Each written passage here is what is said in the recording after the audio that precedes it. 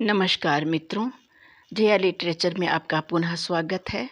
प्रस्तुत है मन्नू भंडारी जी का सुविख्यात सुप्रसिद्ध उपन्यास का अगला भाग, आपका बंटी। बंटी का स्कूल क्या खुला, उसका बचपन लौट आया। लंबी छुट्टियों के बाद पहले दिन स्कूल जाना कभी अच्छा नहीं लगता, पर आज लग रहा है अच्छा ही नहीं, खूब अच्छा लग रहा है। सवेरे उठा तो केवल हवा में ताजगी नहीं थी, उसका अपना मन जाने कैसी ताजगी से भरा भरा थिरक रहा था। मम्मी, मेरे मोजे कहाँ हैं? लो, दूध लाकर रख दिया। पहले कपड़े तो पहन लूं, देर नहीं हो जाएगी। बैग तो ले जाना ही है, किताबें जो मिलेंगी। के शोर से तीनों कमरे गूंज रहे हैं।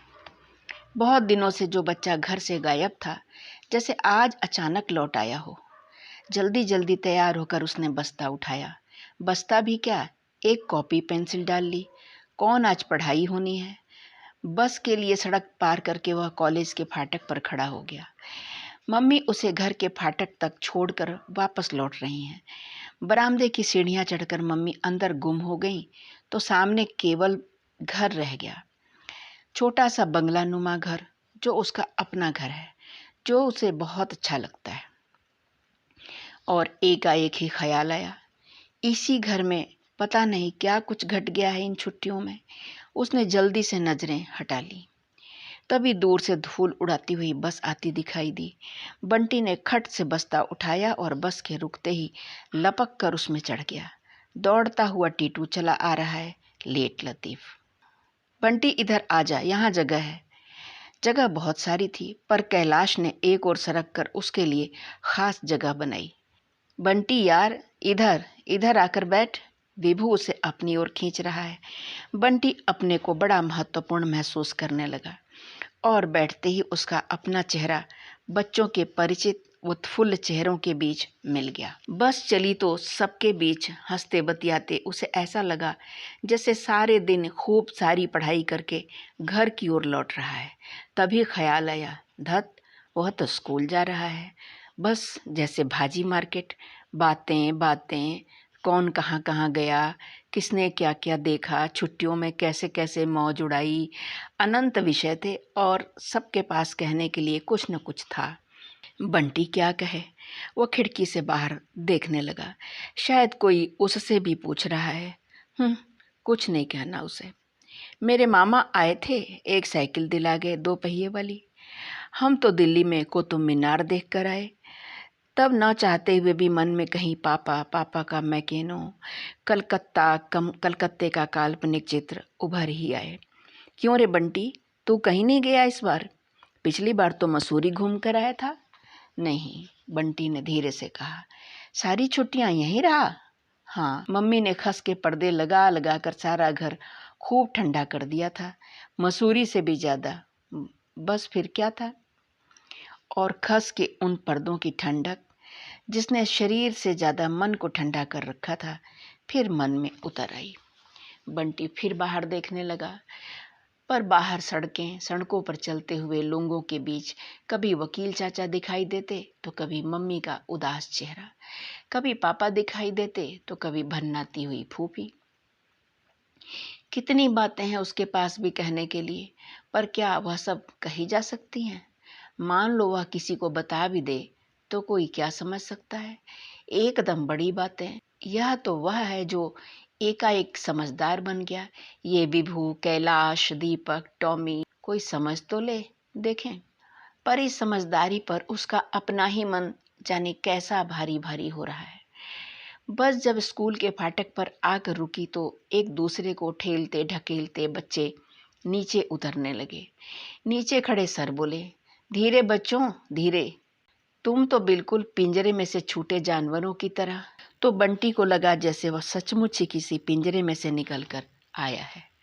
बहुत दिनों बाद सामने स्कूल का लंबा चौड़ा मैदान दिखाई दिया तो हिरन की तरह चौकड़ी भरता हुआ दौड़ गया। गर्मियों का सूखा रेतीला मैदान इस समय हरी हरी घास के कारण बड़ा नरम और मुलायम हो रहा है, जैसे एकदम नया हो गया हो।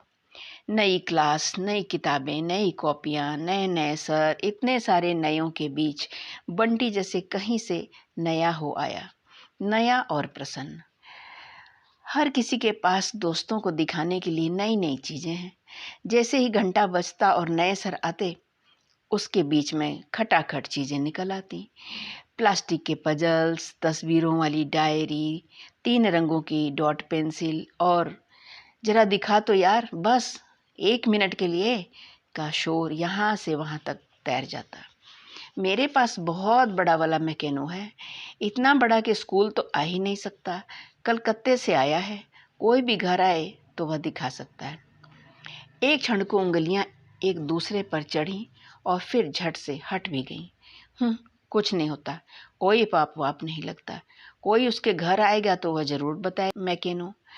सब लोग अपनी चीजों को दिखा दिखा कर कैसा इतरा रहे हैं, शान लगा रहे हैं, और वह बात भी ना करे।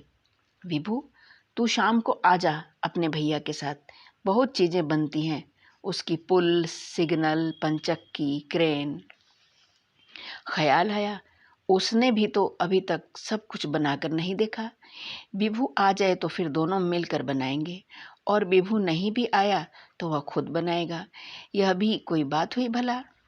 स्कूल के बातों से भरा भरा बंटी घर लौटा। खाली बस्ता भी नई नई किताबों से भर गया था। मम्मी अभी कॉलेज में है, उसके आने के 1 घंटे बाद घर आती हैं। बंटी दौड़कर फूफी को ही पकड़ लाया। अच्छा, एक बार इस बस्ते को तो उठाकर देखो। क्या है बस्ते में? उठाकर तो देखो, एकदम ललकारते हुए बंटी ने कहा। फूफी ने बस्ता उठाया। ए लो, इतना भारी बस्ता! ये अब तुम इतना बोझा ढो ढो कर ले जाया करोगे?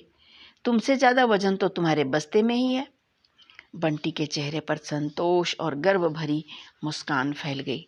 चलो हटो, और फिर से बस्ता उठाकर सैनिक की मुद्रा में 4-6 कदम चला और फिर बोला, रोज ले जाना पड़ेगा। अभी तो ये बाहर और पड़ी हैं। 4th क्लास की पढ़ाई क्या यूं ही हो जाती है? बहुत किताब पढ़नी पड़ती हैं। फिर एक एक किताब निकाल कर दिखाने लगा। यह हिस्ट्री की है, कब कौन सा राजा हुआ, किसने कितनी लड़ाइयाँ लड़ी, सब पढ़ना पड़ेगा, समझी? और हिस्ट्री के राजा कहानियों के राजा नहीं होते हैं, झूठ मूठ वाले, एकदम सच्ची मुच्ची के। राजा भी सच, लड़ाइयाँ भी सच। और यह जियोग्राफी है, यह जनरल साइंस, यह एटलस है। हिंदुस्तान का नक्शा पहचान सकती हो? लो, अपने देश को भी नहीं पहचानती? देखो, यह सारी दुनिया का नक्शा है। इसमें जो यह जरा सा दिख रहा है ना, यही हिंदुस्तान है। इसी हिंदुस्तान में अपना शहर है, और फिर उस शहर में अपना घर है, और फिर उस घर में अपनी रसोई है, और फिर उस रसोई में एक फूफी है। हा हा हा! बंटी जोर जोर से हंसने लगा। बंटी को यूं हंसते देख फूफी एकटक उसका चेहरा देखने लगी, कुछ इस भाव से जैसे बहुत दिनों बाद बंटी को देख रही हूँ। फिर गदगद स्वर में बोली, हाँ भैया, मेरी तो रसोई ही मेरा देश है, और देश दुश मैं नहीं जानती। हुए होंगे राजा महाराजा, मेरा तो बंटी भैया ही राजा है। बुद्धू कहीं की! देख, यह डिक्शनरी है, शब्द अर्थ समझती है? किसी शब्द का अर्थ नहीं आए तो इसमें देख लो। 4th क्लास में एटलस और डिक्शनरी भी रखनी पड़ती है। अब इस बूढ़े तोते के दिमाग में कुछ नहीं घुसता भैया। तुम काहे मगज मार रहे हो? चलो हाथ मुंह धोकर कुछ खा पी लो। मुंह तो देखो, भूख और गर्मी के मारे चिड़िया जैसा निकल आया है। बंटी खाता जा रहा है और उसका उपदेश चालू है। तुम कहती थी ना फूफी कि रात दिन भगवान करते हैं, पानी भगवान बरसाता है। सब झूठ। जनरल साइंस की किताब में सारी सही बात लिखी हुई है। अभी पढ़ी नहीं है, जब पढ़ लूँगा तो सब तुम्हें बताऊँगा। तो हम कौन इस स्कूल में पढ़े भैया? बस अब तुमसे पढ़ेंगे, अंग्रेजी भी पढ़ाओगे हमें? बंटी फिर खींखी करके हंस पड़ा। फूफी और अंग्रेजी! और फिर फूफी जितना भी बातें करती रहीं, बंटी हंसता रहा खिलखिलाकर। फूफी उसे देखती रहीं गदगद होकर। जब मम्मी आई तो बंटी ने वे ही सारी बातें दोहराई, उतने ही उत्साह और जोश के साथ। स्कूल में क्या क्या हुआ, नए सर कैसे कैसे हैं। जो सर क्लास टीचर बने हैं ना मम्मी, उनकी मूछें ऐसी अकड़ कर खड़ी रहती हैं जैसे उनमें कलफ लगा दिया हो। मैंने उनकी शक्ल बनाई और लंच में दिखाई तो सब खूब हंसे। बड़ा मजा आया। तुम्हें बताऊं मम्मी, विभू ने दिल्ली में जाकर क्या क्या देखा? मम्मी उसे कब ले जाकर दिखाएंगी। और फिर उसी झोंक में कह गया, मैंने सबको अपने मैकेनों के बारे में बता दिया। यदि शाम को विभू आया तो उसे दिखाऊंगा भी। फिर एक क्षण को मम्मी की ओर देखा। मम्मी वैसे ही मंद मंद मुस्कुरा रही हैं। कुछ भी नहीं, वह बेकार में डरता रहा इतने दिनों। खेलने से क्या होता है भला। मम्मी अब अपना काम सुन लो। आवाज में आदेश भरा हुआ है। आज ही सारी किताबों और कॉपियों पर कवर चढ़ जाना चाहिए, ब्राउन वाला, नहीं तो कल सजा मिलेगी। हाँ, तुम सब काम छोड़कर पहले मेरे कवर चढ़ा देना। फिर सफ़ेद लेवल काटकर चिपकाने होंगे, उन पर नाम और क्लास लिखना होगा। खूब सुंदर वाली राइटिंग में जमा जमा कर लिखना, समझी। और फिर उसी उत्साह और जोश में भरा भरा वह टीटू के यहाँ दौड़ गया। आज जाने कितनी बातें हैं उसके पास करने के लिए। टीटू को कौन कौन से सर पढ़ाएंगे, उसे कौन कौन सी किताबें मिली हैं। बंटी टीटू के यहाँ से लौटा तो अंधेरा हो चुका था। हाथ में पेड़ की एक टूटी हुई टहनी है जिससे वह हवा में तलवार चला रहा है। फूफी आंगन में लेटी लेटी पंखा झल रही हैं। यह बरसात की गर्मी तो मार के रख देती है आदमी को। हवा का नाम नहीं है, कहीं एक बार जोर से बरसे तो। बरसो राम धड़ाके से, फूफी मर गई फाके से। हाँ, अब तुम हमें मारोगे ही तो। मम्मी। बिना कुछ भी सुने बोले बंटी अपनी ही धुन में भीतर आया तो देखा मेज पर सारी किताबें कॉपियां ज्यों की त्यों पड़ी हैं, बिना कवर के। खाली बस्ता मेज के नीचे रखा है। मम्मी। बंटी लॉन की ओर दौड़ गया। लॉन में मम्मी डॉक्टर साहब के साथ बैठी हैं। बीच की मेज पर चाय के खाली बर्तन रखे हैं। दंदनाता हुआ बंटी आया। मेरे कवर नहीं चढ़ाए मम्मी। बंटी, नमस्ते करो डॉक्टर साहब को। मम्मी ने उसकी बात का जवाब न देकर अपनी बात कही तो बंटी भन्ना गया। दोनों हाथ कुछ इस तरह जोड़े मानो कह रहा हो, जान बख्शो। तुमने मेरे कवर क्यों नहीं चढ़ाए? कल सजा नहीं मिलेगी मुझे? अरे बंटी, बड़े नाराज हो रहे हो, क्या बात है? हाँ, हो रहे हैं नाराज, आपका क्या जाता है? जब देखो तब आकर बैठ जाएंगे और मम्मी को ले जाएंगे। बड़ी अपनी मोटर की शान लगाते हैं। अब आकर बैठ गए तो मम्मी कवर नहीं चढ़ा सकी ना। और मम्मी कह नहीं सकती थी कि उन्हें बंटी का काम करना है। अब उन दोनों का क्या जाएगा, सजा तो उसे ही मिलेगी। वह मन ही मन भन-भनाने लगा। बिना एक शब्द भी बोले बंटी ने हाथ पकड़कर मम्मी को खींचा। तुम चल कर पहले कबर चढ़ाओ, एकदम उठो। डॉक्टर साहब की तरफ उसने देखा भी नहीं। बंटी, क्या कर रहे हो बेटा? इतने बड़े होकर इस तरह करते हैं? तू तो बहुत समझदार है। पर बंटी हाथ खींचता ही रहा। कोई समझदार व मझदार नहीं है। पहले तो कोई उसका काम मत करो और फिर कह दो समझदार है। चलो ना, इतनी देर तो हो गई, फिर कब चढ़ाओगी? बंटी रोने रोने को हो आया। मैंने कहा न मैं चढ़ा दूंगी। मम्मी जैसे झुंझलाई थी। उन्होंने अपना हाथ खींच लिया। एकाएक डॉक्टर साहब उठ खड़े हुए। चलो, तुम बंटी का काम करो। मैं तो वैसे भी चलने ही वाला था। 8:30 बजे एक जगह पहुंचना भी है। सब लोग मम्मी को आप कहकर बोलते हैं और ये कैसे तुम कह रहे हैं? इतना भी नहीं मालूम कि मम्मी प्रिंसिपल हैं? प्रिंसिपल को आप कहा जाता है कि नहीं? मम्मी ने एक दो बार ठहरने का आग्रह किया पर वे चल पड़े। मम्मी उन्हें छोड़ने के लिए मोटर तक गईं। बंटी जानता है कि मम्मी आते ही उसे डांटेंगी। ऐसे बोलते हो, ऐसे करते हो, तमीज़ कब आएगी?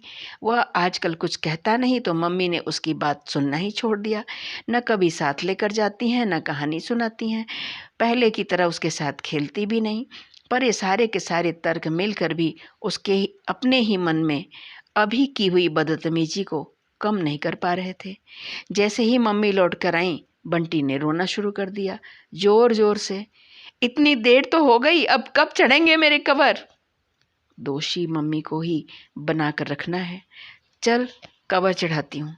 इसके अलावा मम्मी ने एक शब्द भी नहीं कहा तो बंटी को खुद एक अजीब तरह की बेचैनी होने लगी। डांट खाने वाले काम पर भी मम्मी का यूं चुप रह जाना उसे डांट से भी ज़्यादा कष्ट देने लगा। डांट देती तो उनकी डांट से उसकी सारी बदतमीजी कट जाती। हिसाब बराबर, पर अब तो सारा दोष उसी के सिर पर। कुछ गलत कर डालने के बोझ से दबा दबा सहमा सहमा वह भीतर आया। मम्मी ने सारी कॉपियाँ किताबें नीचे उतारी और बोली, ला, ब्राउन पेपर कहाँ है? मेरे पास कहाँ है ब्राउन पेपर? तब कैसे चढ़ाऊंगी कवर? और मम्मी हाथ पर हाथ धरकर बैठ गई। मैं क्या जानूं, तुम्हें मंगवा कर नहीं रखना चाहिए था, मैंने तो आते ही कह दिया था बस। बंटी को जैसे अपने व्यवहार के लिए फिर एक सहारा मिल गया और मन में फिर ढेर ढेर सारा गुस्सा उफनने लगा। मम्मी चुप, तुम्हें मेरी बिल्कुल परवाह नहीं रह गई है। मत करो मेरा कोई भी काम, बस डॉक्टर साहब के पास बैठकर चाय पियो। तुम्हारा क्या है, सजा तो मुझे मिलेगी। मैं अब स्कूल ही नहीं जाऊंगा, कभी नहीं जाऊंगा, कभी भी। और बंटी फूट फूट कर रोने लगा। मम्मी ने पकड़कर उसे अपनी ओर खींचा। पागल हो गया है, एक दिन कवर नहीं चढ़ेंगे तो क्या हो जाएगा? कोई सजा नहीं मिलेगी, कोई सजा नहीं मिलेगी। मैं चिट्ठी लिख दूंगी सर के नाम। चुप हो जा। नहीं, मैं कोई चिट्ठी विट्ठी नहीं ले जाऊंगा, मैं स्कूल भी नहीं जाऊंगा, गंदी कहीं की। और कहने के साथ ही बंटी ने मम्मी की ओर देखा। लो अब डांटो मुद्रा में। पर फिर भी मम्मी ने नहीं डांटा, बस मम्मी समझाती रहीं और बंटी उफन उफन कर रोता रहा। उसे खुद लग रहा था कि यह रोना केवल कवर न चढ़ने का रोना नहीं है, पता नहीं क्या है कि उसे फूट फूट कर रोना आ रहा है। बहुत दिनों से जैसे मन में कुछ जमा हुआ था जो एक हल्के से झटके से बह आया। बेबस और अपराधी सी मम्मी हाथ पर हाथ धरे बैठी हैं और जमीन में पसर कर पैर फैला फैला कर बंटी रो रहा है। मत करो मेरा काम, घूमने जाओ, बातें करो। मैं भी तो सारे दिन टीटू के यहाँ रहूंगा, पेड़ पर चढ़ूंगा, बिल्कुल नहीं पढ़ूंगा। आंसुओं से सारा चेहरा भीग गया था, पर वेग था कि थामे नहीं थम रहा था। फूफी आई और हाथ पकड़कर उठाने लगी तो बंटी ने हाथ झटक दिया। मत उठाओ मुझे, रोने दो बस। कैसा कैसा खुश खुश आया था बच्चा स्कूल से, बहुत दिनों बाद तो चेहरे पर ऐसी हंसी देखी थी। आने के बाद 10 बार तो कहा था कि कागज चढ़ा देना, पर आपको तो आजकल। मम्मी की तरफ नजर पड़ते ही फूफी का उलाहना अधूरा रह गया और बात जहाँ की तहाँ टूट गई। बंटी रोता रहा, फूफी समझाती रही और मम्मी चुप चुप बैठी दोनों को देखती रही। मम्मी समझा भी सकती थी पर समझाया नहीं, डांट भी सकती थी पर डांटा भी नहीं, और मम्मी का यूं चुप चुप बैठना ही बंटी को और रुला रहा था।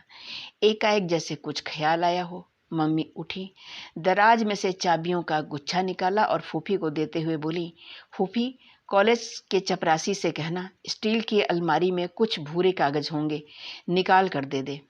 और जब कागज आ गए और मम्मी उसी प्रकार चुप चुप चढ़ाने लगी तो मम्मी का सारा दोष जैसे बंटी के अपने सिर पर आ चढ़ा। कम से कम बंटी को ऐसा महसूस हुआ। मम्मी ही से नजरें बचाए बचाए वह खुद भी चढ़ाने में मदद करने लगा। बीच बीच में छिपकर मम्मी की ओर देख भी लेता। मम्मी नाराज हैं, पर कुछ भी तो पता नहीं लगता। आजकल मम्मी की कोई भी बात तो समझ में नहीं आती। पहले मम्मी का चेहरा, मम्मी की आंखें देखकर ही मम्मी के मन की बात जान लेता था। मम्मी की खुशी, मम्मी की उदासी, मम्मी की नाराजगी सब उसे पता था। पर अब तू जाकर खाना खा ले और सो जा, फिर सवेरे उठा नहीं जाएगा। तुम भी तो चलकर खाना खा लो। स्वर में कहीं क्षमा याचना का स्वभाव उभर आया। मम्मी ने एक क्षण को उसकी ओर देखा, फिर धीरे से बोली, नहीं, मैं बाद में खा लूंगी। एक क्षण को बंटी दुविधा में रहा, उठे या नहीं, फिर धीरे से उठ गया। कम से कम इस समय वह मम्मी की किसी भी बात का विरोध नहीं करेगा। जाते जाते बोला, सफेद लेबल चिपकाकर नाम भी लिखने हैं। हाँ हाँ, मैं सब कर दूंगी, तू जाकर सो जा। खाना खाकर बंटी बाहर आया तो लगा जैसे भीतर बैठा था तो एक बोझ सा उस पर लदा था। पता नहीं वह बोझ कवर न चढ़ने का था कि मम्मी के नाराज होने का था या कि अपने ही व्यवहार का था। जो भी हो, बाहर आते ही वह बहुत हल्का हो आया और बिस्तर पर लेटते ही सो गया। सवेरे उठकर बंटी भीतर आया तो देखा सारी किताबें जमी हुई रखी हैं, कवर चढ़ी हुई, लेबल लगी हुई, सब पर सुंदर अक्षरों में उसका नाम और क्लास लिखा हुआ है। उसने सबको छू कर देखा, हाथ फेर कर, और मन पुलक आया। पर साथ ही एक क्षण को मन में कल का सब कुछ तैर गया। जैसे भी होगा मम्मी को खुश करेगा। वह दौड़कर आंगन में आया। मम्मी बैठी अखबार पढ़ रही हैं। गले में हाथ डालकर वह झूल गया। मम्मी मेरी। उसकी समझ में नहीं आ रहा था कि कैसे अपनी खुशी जाहिर करे, कैसे मम्मी का गुस्सा दूर करे। और जब कुछ भी समझ में नहीं आया तो मम्मी के गाल पर एक किस्सू दे गया। मम्मी ने खींचकर उसे अपने सामने किया, उसके दोनों कंधों पर हाथ रखे और उसे देखती रही, बस देखती रही। ना कुछ कहा, ना प्यार दिया। क्या था उन नज़रों में? गुस्सा, फटकार, प्यार, खुशी? बंटी कुछ भी तो नहीं समझ पाया। जा, जल्दी से जाकर तैयार हो जा, देर नहीं हो जाएगी स्कूल में।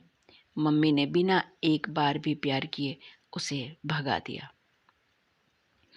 तैयार होते होते बंटी के दिमाग में यही एक बात घूमती रही, मम्मी ने उसे एक बार भी प्यार नहीं किया। पहले कभी वह मम्मी के गाल पर किस्सू देता तो फिर मम्मी बदले में ढेर सारे किस्सू देती, बाहों में भरकर खूब खूब प्यार करती। मम्मी क्या उससे नाराज़ हैं? नहीं, नाराज़ भी तो नहीं लगती। पता नहीं मम्मी बदल ही गई हैं, पहले की तरह तो बिल्कुल ही नहीं रही। और थोड़ी देर पहले की अपराध भावना और पश्चाताप फिर गुस्से में घुलने लगा। पर इस बार का गुस्सा मम्मी की जगह डॉक्टर जोशी के लिए था। क्यों आते हैं इतना यहाँ? बंटी बड़ी खुशी खुशी तैयार हो रहा है। आज कितने दिनों बाद मम्मी ने उसे बाहर ले जाने के लिए कहा है। कॉलेज से आते ही बोली, बंटी तैयार हो जाना, आज घूमने चलेंगे। तो एक क्षण को तो वह मम्मी को ऐसे देखता रहा मानो विश्वास ही नहीं हो रहा हो। इधर तो मम्मी ने एक तरह से उसे घुमाना ही छोड़ दिया। कभी कभी जाती हैं तो अकेले, उससे पूछती तक नहीं, बस कह देती हैं मैं जा रही हूँ। ऐसा करना चाहिए मम्मी को, उसका क्या है, मत पूछो। वह भी टीटू के यहाँ खेलने चला जाता है, फूफी को लेकर कुन्नी के यहाँ चला जाता है, अपने खिलौने निकाल लेता है पापा वाले। ऐसे क्या देख रहा है, बता तो, कहाँ चलेगा आज, क्या पहनेगा, अच्छे से कपड़े निकाल ले। मम्मी बहुत खुश लग रही हैं आज, आजकल पहले की तरह उदास तो नहीं ही रहती हैं। वह खुद तैयार हो गया, अब मम्मी का तैयार होना देख रहा है। एक एक शीशी खुलती है और चेहरे पर चढ़ती हर परत के साथ मम्मी का चेहरा जैसे नया होता जा रहा है। पाउडर की सफ़ेदी और होठों की लाली के बीच में ठुड्डी का तिल कैसा चमक रहा है। एकाएक मन हो आया मम्मी का तिल छू ले। कितने दिनों से उसने मम्मी का तिल ही नहीं छुआ। सजती हुई मम्मी उसे सुंदर लग रही हैं, पर हिम्मत नहीं हो रही है कि पास जाए। पता नहीं आजकल उसके और मम्मी के बीच कुछ हो गया है। आज वह मम्मी के साथ खूब घूमेगा, खूब खेलेगा, मम्मी को खूब हंसाएगा भी। फिर रात में बिना कहे ही मम्मी के पलंग में घुस जाएगा और उनके तिल पर हाथ फेर कर कहानी सुनेगा। बस एक भी बहाना नहीं सुनेगा। मम्मी ने अलमारी खोलकर एक डिब्बा निकाला और उसमें से बैंगनी रंग की साड़ी निकालकर पहनने लगी। सुंदर और एकदम नई। यह कौन सी साड़ी है मम्मी? मम्मी की एक एक चीज से वह बहुत परिचित है एक नई है। कब लाई, मुझे तो नहीं बताई, शिकायत के स्वर में बंटी ने कहा। मम्मी का साड़ी बांधता हुआ हाथ रुक गया। कुछ क्षण को उनकी नजरें बंटी के चेहरे पर टिक गईं। मम्मी कभी कभी उसकी तरफ इस तरह देखती हैं कि लगता है मानो उसको नहीं देख रही, उसके चेहरे में कुछ और देख रही हूँ। फिर हंसकर बोली, मैं जो कुछ करूँ तुझे बताना जरूरी है? तू भी तो अभी से अपने। और वे फिर साड़ी बांधने लगी। मत बताओ, मेरा क्या है, मैं भी कोई चीज़ लाऊंगा तो नहीं बताऊंगा, कुछ भी करूंगा तो नहीं बताऊंगा। नहीं बताना कोई अच्छी बात है। तभी बाहर गाड़ी का हॉर्न भी सुनाई दिया। लो, ये डॉक्टर साहब आ गए, तो अब मम्मी जाएंगी भी नहीं, मना तो करें अब वह भी। चल तू जाकर बैठ, मैं अभी आई। हम क्या डॉक्टर साहब के साथ जाएंगे? बंटी का सारा उत्साह ही जैसे मर गया। और क्या, उनकी गाड़ी में ही तो चलना है। मम्मी ने जल्दी जल्दी दराजें और अलमारी बंद की। एक क्षण को बंटी का मन हुआ कि मना कर दे, पर गाड़ी में घूमने का लालच भी कम नहीं था। डॉक्टर साहब ने अपनी बगल वाली सीट का फाटक खोला तो मम्मी ने भीतर बैठते हुए कहा, तू पीछे बैठ जा, इसे भी आगे ही ले लो, दोनों बैठ सकोगे। पर मम्मी ने पीछे का फाटक खोलकर कहा, नहीं, यह पीछे बैठ जाएगा आराम से, आगे मेरी साड़ी मुड़ जाएगी। बिना एक भी शब्द बोले अपमानित सा बंटी चुपचाप पीछे बैठ गया। उसका क्या है, आगे बिठाओ, पीछे बिठाओ या घर ही छोड़ जाओ। नई साड़ी पहनकर कैसा इतरा रही हैं मम्मी। अब तो दोनों बैठ गए। ये डॉक्टर साहब गाड़ी क्यों नहीं स्टार्ट कर रहे हैं। एक टक मम्मी को ही देख रहे हैं, जैसे कभी देखा ही ना हो। चलिए ना। बंटी से और ज़्यादा देर तक चुप नहीं रहा गया।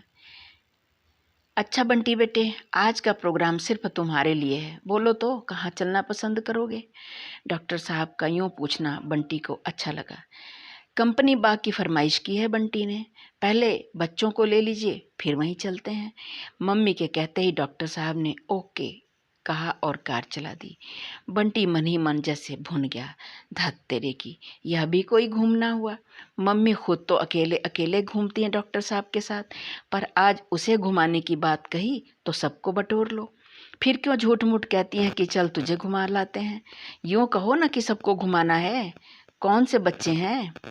और मन में पापा के साथ घूमने वाला दिन तैर गया, बिल्कुल अकेले। बंटी बेटा, आज तुम्हें अपने बच्चों से मिलाएंगे। हमारे यहाँ एक दीदी हैं, जोत दीदी। एक छोटा भैया है, अमी।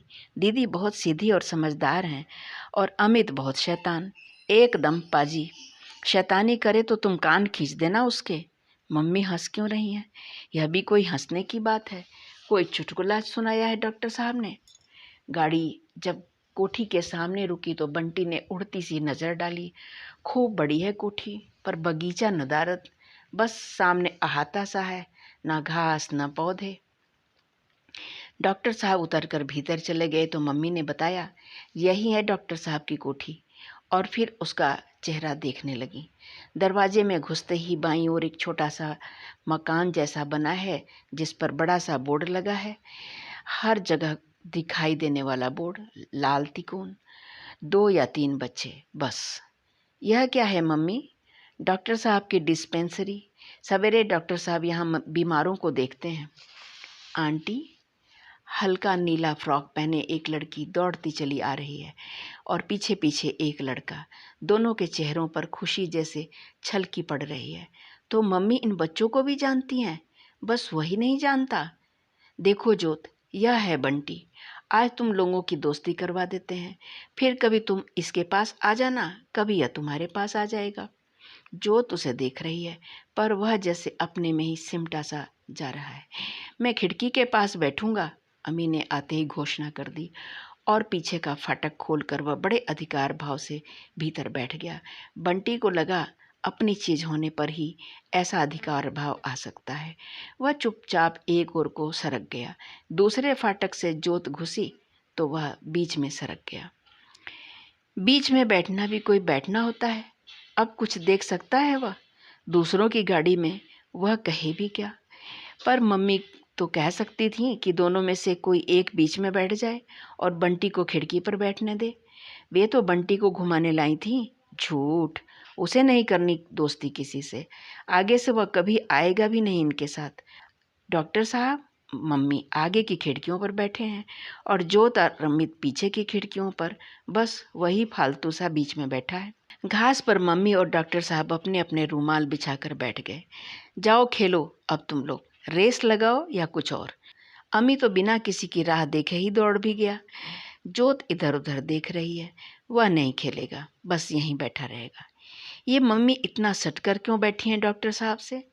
ऐसे तो कभी मम्मी किसी के साथ नहीं बैठती। बंटी को बहुत अजीब लग रहा है, अजीब और बहुत खराब भी। वह दोनों के बीच घुसता हुआ बोला, मैं नहीं खेलूँगा मम्मी, मन नहीं हो रहा। ले, यहाँ खेलने आया है कि बैठने, पागल कहीं का। चल दौड़ जा, चल दौड़ लगा। जोत, इसे ले जाओ अपने साथ। मम्मी ने एक तरह से उसे ठेल दिया। जोत उसका हाथ पकड़कर खींचने लगी तो मजबूरन उसे उठना पड़ा। पर बंटी न खेला न दौड़ा, बस मम्मी के इर्द गिर्द ही चक्कर काटता रहा। जरा सी दूर हो जाता भी तो मुड़ मुड़ कर मम्मी की ओर देखता रहता। मम्मी को इस तरह देखकर अजीब सी बेचैनी हो रही थी उसे। थोड़ी देर में वह मम्मी के पास आकर ही बैठ गया। It seems he husband you too much, doctor ने कहा तो मम्मी हंसने लगी। हाँ, हस्बैंड की बात कर रहे हैं और मम्मी हंस रही हैं। पहले पापा की बात करने से कैसी उदास हो जाया करती थी, और ऐसे सबसे करनी चाहिए पापा की बात, ऐसे हंसना चाहिए। वह तो अपने दोस्तों के सामने भी कभी नहीं करता। जाने क्यों बंटी का मन गुस्से में सुलगने लगा। उसके बाद आइसक्रीम खाई, चाट खाई। मम्मी और डॉक्टर साहब हंस हंस कर बातें करते रहे। अम्मी शोर मचाता रहा, अधिकारपूर्ण स्वर में फरमाइशें करता रहा। पापा ये लेंगे, वो लेंगे। जोत कभी मम्मी से बात करती, कभी डॉक्टर साहब से। बस केवल बंटी था जो चुप था, सबसे अलग और सबसे अकेला। एक मम्मी ही तो उसकी थी, पर वे भी उन्हीं लोगों में जाकर मिल गई। आज रविवार का दिन है। गीले बालों को कुर्सी की पीठ पर फैलाए मम्मी स्वेटर बुन रही हैं। बंटी ढेर सारे रंग और ब्रश लेकर एक चित्र बना रहा है। सवेरे के समय अब धूप में बैठना अच्छा लगने लगा है। फूफी ने सारे आंगन में चटाइयाँ डालकर दालें और गेहूं फैला रखे हैं। फूफी को इसका ही बड़ा शौक है। जब देखो कोई न कोई चीज़ धूप में फैलाए रखेंगी। कभी गेहूं दालें तो कभी गद्दे रजाइयाँ। फूफी का बस चले तो बंटी को भी ले जाकर खड़ा कर दें। अरे जरा घंटे भर धूप में उलट पुलट दें, नहीं तो फफूंद आ जाएगी। 2-4 ब्रश मारकर बंटी एक बार जरूर मम्मी को देख लेता है। यूं उसकी तरफ मम्मी की पीठ है, पर जब वह देखता है तो उसके सामने मम्मी का चेहरा ही उभरता है, मानो चेहरा पीठ पर उठ आया हो, एकदम बदला हुआ चेहरा। वह क्या जानता नहीं कि मम्मी कितनी बदल गई हैं इन दिनों, पर अच्छी हो गई हैं या बुरी, यह तय नहीं कर पाया। कभी कभी देखता है तो अच्छी लगती हैं, पर फिर जाने क्या हो जाता है कि एकदम बुरी लगने लगती हैं। बुरी तो आजकल हो ही गई हैं मम्मी। उसे तो बहुत पहले से मालूम था कि मम्मी के पास अपने को बदलने का जादू है, पर कैसा है और कहाँ है यह आज तक नहीं जान पाया। मम्मी के पीछे इधर उधर काफ़ी ताक झांक और छानबीन भी की, पर कुछ पता नहीं लगा। पहले वाली मम्मी होती तो सीधे मम्मी से ही पूछ लेता, पर अब इन वाली मम्मी से कुछ पूछा जा सकता है भला? अभी भी मम्मी सवेरे सामने बैठकर दूध पिलाती हैं, शाम को पढ़ाती हैं, बातें करती हैं, पर क्या वह जानता नहीं कि मम्मी न उसे दूध पिलाती हैं, न पढ़ाती हैं, न उससे बातें करती हैं। वह जो स्वेटर बुन रही हैं वह भी उसके लिए नहीं बुन रही हैं, डॉक्टर जोशी के लिए बुन रही हैं। जब तक डॉक्टर जोशी इस घर में नहीं आए थे, मम्मी का हर काम, इस घर का हर काम बंटी के लिए ही होता था। अब सब कुछ डॉक्टर जोशी के लिए होने लगा है। वह सब समझता है, हो उसका क्या जाता है। वह तो आज अपनी ड्राइंग पूरी करेगा, खूब अच्छी बनाएगा। जब पूरी हो जाएगी तो पापा को भेजेगा, पापा को चिट्ठी भी लिखेगा। लिखेगा कि गत्ता चिपकाकर या शीशे में मढ़वाकर अपने कमरे में लगा लीजिए। फूफी, अब तुम बंटी को नहला दो और फिर खाना शुरू करो। 12 बजे तक खाना बन जाना चाहिए।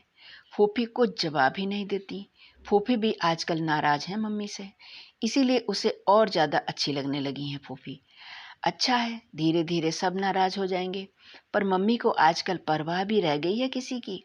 किसी दिन डॉक्टर जोशी भी नाराज हो जाएंगे ना, तब पता लगेगा। बंटी, जाओ बेटे फूफी से नहा लो। नहीं, मैं अपने आप नहाऊंगा, कागज पर रबड़ घिसते हुए बंटी ने कहा। बेटा, इतवार के दिन फूफी से नहा लो, अपने आप ठीक से साफ नहीं हुआ जाता तुमसे? क्यों नहीं हुआ जाता? खूब हुआ जाता है। मैं अपने आप ही नहाऊंगा। मम्मी चाहती हैं कि बंटी नहा धोकर तैयार हो जाए अभी से। आज डॉक्टर साहब जो आने वाले हैं बच्चों को लेकर, वह नहीं जाता वहाँ तो मम्मी ने उन लोगों को यहाँ बुला लिया। बुलाएं, उसका क्या जाता है।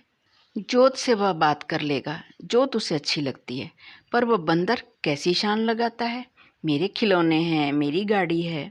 बंटी, मम्मी की आवाज़ की सख्ती से बंटी को भीतर ही भीतर जैसे संतोष हुआ। उसने कोई जवाब नहीं दिया, बस चुपचाप रबड़ घिसता रहा।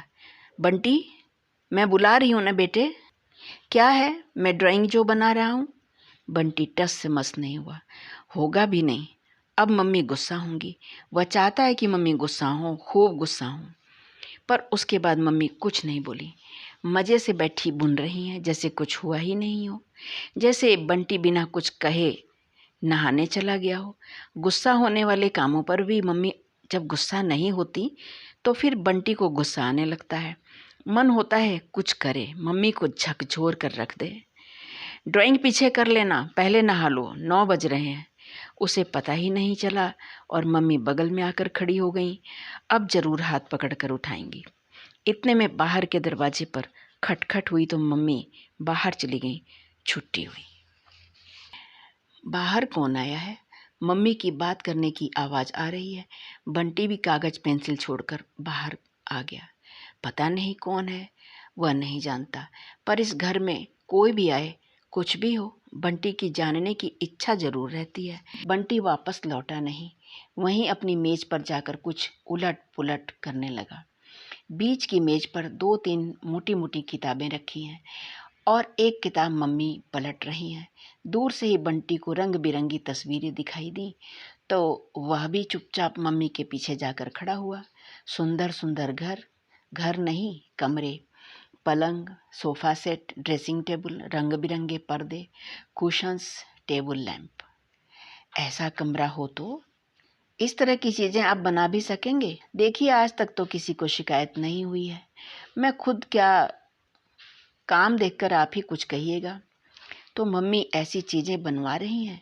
एक क्षण को बंटी का मन पुलक उठा। पीछे से मम्मी की कुर्सी के हत्थे पर आ बैठा। बोल, तुझे कैसा सोफा पसंद है, कैसे पलंग पसंद है? मम्मी ने मुस्कुराते हुए उससे पूछा तो बंटी जैसे उत्साह से भर उठा। ठहरो मम्मी, मैं सब देख कर बताता हूँ। और वह पन्ने पलट पलट कर हर चीज़ को बड़े ध्यान से देखने लगा। ऐसी सब चीज़ें हों तो घर अच्छा लगेगा ना? मम्मी की इस बात से एक उल्लास भरी मुस्कान उसके चेहरे पर फैल गई। आजकल मम्मी खुद भी तो अच्छे अच्छे कपड़े पहनती हैं, अब घर के लिए भी अच्छा अच्छा सामान बनवाएंगी। कौन सी चीज़ पसंद करे? जो पन्ना पलटता है वही बड़ा सुंदर लगने लगता है। डॉक्टर साहब ने भी कुछ पसंद किया है? जी नहीं, कहा है आप ही पसंद करेंगी। और बंटी का सारा उत्साह जैसे ठंडा पड़ गया। यहाँ भी डॉक्टर साहब? नहीं करता वह पसंद। डॉक्टर साहब के लिए वह कुछ भी नहीं करेगा। अब मम्मी ही बैठकर करें, वरना सारी किताबों में से सबसे अच्छा छांटता। मम्मी दूसरी किताब देख रही हैं। बंटी ने गुस्से में आकर किताब बंद कर दी और भीतर आ गया। मन में कहीं उम्मीद है कि आवाज़ देकर मम्मी बुलाएंगी, फिर से पसंद करने को कहेंगी, या कि जो पसंद किया है उसके बारे में राय लेंगी। आज तक बिना उसकी राय के कोई चीज़ खरीदी भी है मम्मी ने, पर मम्मी ने नहीं बुलाया तो बंटी जैसे भीतर ही भीतर सुलगने लगा। बुलाती भी तो वह कौन जाता? वह कौन नौकर है डॉक्टर साहब का जो उनके घर के लिए सामान पसंद करेगा? करें मम्मी अपने आप बैठकर। बंटी ने तौलिया उठाया और नहाने घुस गया। आकर देखेंगी कि बंटी तो नहा भी लिया अपने आप, बिना फूफी की मदद के। डॉक्टर साहब की गाड़ी फाटक पर आई तो मम्मी तेज तेज चलकर फाटक पर पहुंच गई। वह नहीं जाएगा। मम्मी ने आज खुद रसोई में काम किया, पर वह एक बार भी नहीं गया, वरना वह क्या मदद नहीं करवा सकता? फूफी की मदद तो कई बार कराई है। सारा काम करने के बाद मम्मी ने मुंह धोया और फिर गुलाबी रंग की साड़ी पहनी। ड्रेसिंग टेबल के सामने बड़ी देर तक बैठकर जूड़ा बनाती रही। डॉक्टर साहब आते हैं तो मम्मी खूब सज धज कर रहती हैं, पर मम्मी को पता ही नहीं कि मम्मी ढीली ढाली चोटी में ही सबसे सुंदर लगती हैं। जूड़े में तो वे एकदम अच्छी नहीं लगती, बिल्कुल प्रिंसिपल वाला चेहरा हो जाता है। पर वह क्यों बताए? जूड़े में अगर बंटी गुलाब का फूल लगा दे तो फिर भी अच्छी लगने लगे। गुलाबी साड़ी के साथ गहरे रंग वाला गुलाब का फूल तो बहुत ही सुंदर लगेगा, पर वह नहीं लगाएगा। मम्मी अपने आप लगाना चाहेंगी तो तोड़ने भी नहीं देगा। बगीचा उसका है, सारे पौधे सारे फूल उसके हैं। हेलो बंटी, देखो तुम हमारे यहाँ नहीं आते हो तो हम सब यहाँ आ गए। बंटी ने मशीनवत हाथ जोड़ दिए, पर चेहरे पर कोई भाव ही नहीं, ना खुशी का न दुख का। जोत की तरफ देखा तो वह उसी की तरफ देखकर मुस्कुरा रही थी। हल्का नीला फ्रॉक और नीले रंग का बड़ा सा फूल। जोत उसे हमेशा ही अच्छी लगती है। अनायास ही उसके चेहरे पर मुस्कुराहट आ गई। जोत, बाहर जो बगीचा देखा ना, वह सब बंटी का लगाया हुआ है। बड़ा होशियार है बंटी।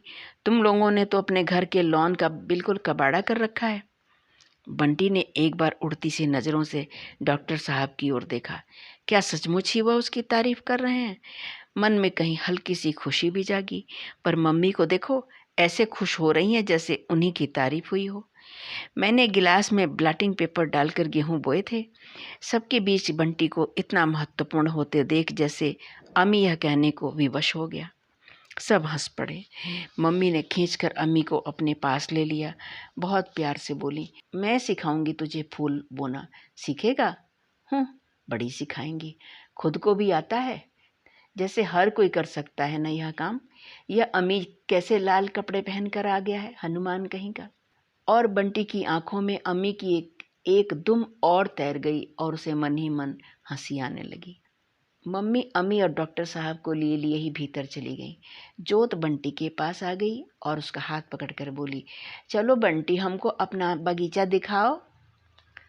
तुम्हें सब फूलों के नाम आते हैं? और नहीं तो क्या, सिर्फ नाम ही नहीं, सब कुछ जानना पड़ता है, बहुत सारी बातें। बंटी के स्वर में बड़प्पन जैसे छलका पड़ रहा है। क्यों बंटी, तितलियां आती हैं इस बगीचे में? आती हैं, पर पकड़ना मत, बहुत बड़ा पाप लगता है, काला वाला। जमीन पर बैठकर पेंजी की क्यारी की ओर इशारा करके जोत ने पूछा, इस फूल का क्या नाम है बंटी? हैं, पौधों को उंगली नहीं दिखाते कभी, उंगली दिखाने से मर जाते हैं। फिर उसने उंगली मोड़कर पौधों की ओर इशारा करने का ढंग बताया। भीतर ही भीतर संतोष भरा एक गर्व जागा। बगीचे की कितनी तो बातें होती हैं, हर कोई जान सकता है भला। फिर आम का पौधा बताया, अलग अलग फूलों के नाम बताए, पर जोत जैसे बहुत ज़्यादा दिलचस्पी नहीं ले रही। समझ जो नहीं रही होगी। चल अब भीतर चलते हैं, धूप तेज नहीं लग रही है? जोत उसका हाथ पकड़कर खींचने लगी। बंटी को अपने बगीचे में धूप कभी तेज नहीं लगती, गर्मी के दिनों में भी नहीं लगती, सर्दी के दिनों में शाम को सर्दी नहीं लगती। मम्मी चिल्लाती रहती हैं और वह शाम को पानी देता रहता है। पर जोत की बात टालने की उसकी इच्छा नहीं हुई। भीतर चलने लगे तो बंटी ने एक सफ़ेद गुलाब तोड़कर कहा, ला तेरे बालों में लगा दूं। जोत पुलक आई। उसे नीचे बिठाकर बंटी बड़े यत्न से फूल लगाने लगा। तू लगा सकेगा? नहीं तो आंटी जी से लगवा लूँगी। मम्मी के भी तो मैं ही लगाया करता हूँ। और कहने के साथ ही ख्याल आया, बहुत दिनों से उसने मम्मी के सिर में फूल नहीं लगाया, पर वह क्या करे, मम्मी को आजकल। और एक अनमना सा भाव उसे छूकर निकल गया। दोनों भीतर पहुँचे। डॉक्टर साहब सोफे पर मम्मी की बगल में बैठे हैं, एकदम सटकर। उनका एक हाथ मम्मी की पीठ पर से होता हुआ मम्मी के कंधे पर रखा है, दूसरे हाथ में वे मम्मी को एक सुंदर सी शीशी सुंघा रहे हैं। बंटी एक क्षण जहाँ का तहाँ खड़ा देखता रहा। क्या कर रहे हैं डॉक्टर साहब उसकी मम्मी के साथ? उसे अजीब सी बेचैनी होने लगी। वह एकदम मम्मी के पास चला गया, पर दोनों को जैसे कुछ पता नहीं। आह, बहुत अच्छी खुशबू है। मम्मी का चेहरा साड़ी के रंग जैसा ही हो आया है। इम्पोर्टेड है, खास तुम्हारे लिए मंगवाया है। और डॉक्टर साहब ने शीशी अपनी उंगलियों पर उल्टी और मम्मी की साड़ी के पल्ले पर मलने लगे। बंटी का मन हुआ खींचकर डॉक्टर साहब को अलग कर दे। उसके भीतर कुछ खौलने लगा। तभी उसकी नज़र अम्मी पर पड़ी। बड़े मज़े से उसके सारे खिलौने लेकर बैठा खेल रहा है। वह दौड़कर झपटा, किसने दिए मेरे खिलौने? और दोनों हाथों से ताबड़तोड़ अपने खिलौने समेटने लगा। अम्मी ने भी जो हाथ लगा समेटकर अपनी गोद में दुबका लिया। दे मेरे खिलौने, बंटी छीनने लगा। मम्मी झपट कर आई। क्या कर रहा है बंटी, खेलने देना, तेरा छोटा भाई ही तो है। नहीं, मैं नहीं खेलने देता, कोई नहीं है मेरा छोटा बटा भाई। अम्मी से जूझते जूझते ही उसने जवाब दिया। मम्मी ने दोनों हाथों से पकड़कर बंटी को अलग किया। बंटी फिर वही गंदी बात, तेरे हैं तो क्या हुआ, थोड़ी देर में खेल कर दे देगा। बंटी पूरी ताकत लगाकर अपने को मम्मी के हाथ से मुक्त करने की कोशिश कर रहा है। बंधे हाथ पैरों की ताकत जैसे जीभ में आ गई है। मेरे खिलौने हैं, पापा ने मेरे लिए भेजे हैं, मैं किसी को नहीं दूंगा। और एक झटके में मम्मी के हाथ से छूटकर बंटी अम्मी पर पिल पड़ा। पता नहीं बंटी ने मारा या केवल अपने बचाव के लिए। अम्मी पहले चीखा और फिर रो पड़ा। तड़ाक बंटी के गाल पर एक चांटा पड़ा तो सारा कमरा जैसे घूम गया। बंटी ऊपर से नीचे तक कांप गया। चोट ज्यादा नहीं थी, पर मम्मी के हाथ का चांटा, और वह भी सबके बीच में, जोत और अम्मी के सामने। वह रोया नहीं, पर उसकी आंखों से जैसे चिंगारियां निकलने लगी। शकुन, डॉक्टर साहब की सख्त सी आवाज सारे कमरे में फैल गई।